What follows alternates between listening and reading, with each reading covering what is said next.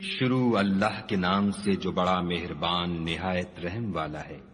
اے پیغمبر صلی اللہ علیہ وآلہ وسلم، جو چیز خدا نے تمہارے لیے جائز کی ہے تم اس سے کنارہ کشی کیوں کرتے ہو؟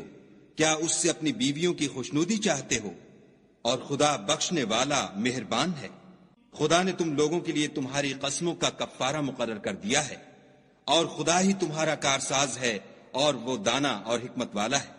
اور یاد کرو جب پیغمبر نے اپنی ایک بیوی سے ایک بھید کی بات کہی تو اس نے دوسری کو بتا دی۔ جب اس نے اس کو افشا کیا اور خدا نے اس حال سے پیغمبر کو آگاہ کر دیا تو پیغمبر نے ان بیوی کو وہ بات کچھ تو جتائی اور کچھ نہ بتائی۔ تو جب وہ ان کو جتائی تو پوچھنے لگی کہ آپ کو یہ کس نے بتایا؟ انہوں نے کہا کہ مجھے اس نے بتایا ہے جو جاننے والا خبردار ہے۔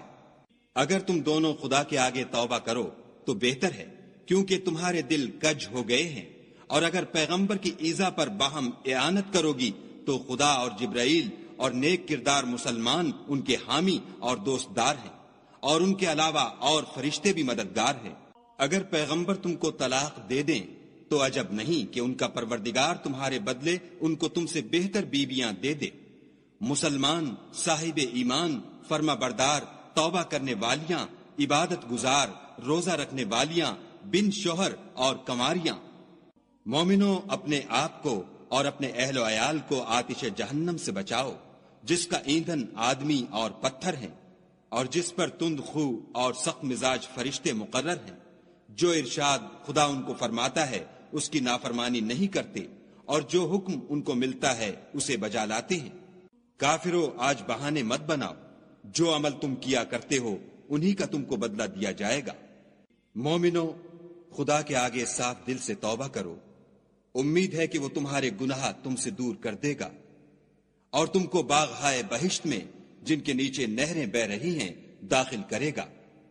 اس دن خدا پیغمبر کو اور ان لوگوں کو جو ان کے ساتھ ایمان لائے ہیں رسوا نہیں کرے گا، بلکہ ان کا نور ایمان ان کے آگے اور داہنی طرف روشنی کرتا ہوا چل رہا ہوگا، اور وہ خدا سے التجا کریں گے کہ اے پروردگار، ہمارا نور ہمارے لیے پورا کر اور ہمیں معاف فرما، بے شک خدا ہر چیز پر قادر ہے۔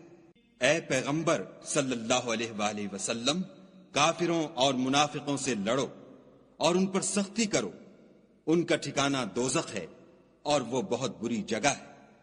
خدا نے کافروں کے لیے نوح کی بیوی اور لوط کی بیوی کی مثال بیان فرمائی ہے۔ دونوں ہمارے دو نیک بندوں کے گھر میں تھیں، اور دونوں نے ان کی خیانت کی، تو وہ خدا کے مقابلے میں ان عورتوں کے کچھ بھی کام نہ آئے، اور ان کو حکم دیا گیا کہ اور داخل ہونے والوں کے ساتھ تم بھی دوزخ میں داخل ہو جاؤ۔ اور مومنوں کے لیے ایک مثال تو فرعون کی بیوی کی بیان فرمائی کہ اس نے خدا سے التجا کی کہ اے میرے پروردگار، میرے لیے بہشت میں اپنے پاس ایک گھر بنا، اور مجھے فرعون اور اس کے اعمال زشت معال سے نجات بخش، اور ظالم لوگوں کے ہاتھ سے مجھ کو مخلصی عطا فرما۔ اور دوسری عمران کی بیٹی مریم کی، جنہوں نے اپنی شرمگاہ کو محفوظ رکھا تو ہم نے اس میں اپنی روح پھونک دی، اور وہ اپنے پروردگار کے کلام اور اس کی کتابوں کو برحق سمجھتی تھی اور فرما برداروں میں سے تھی۔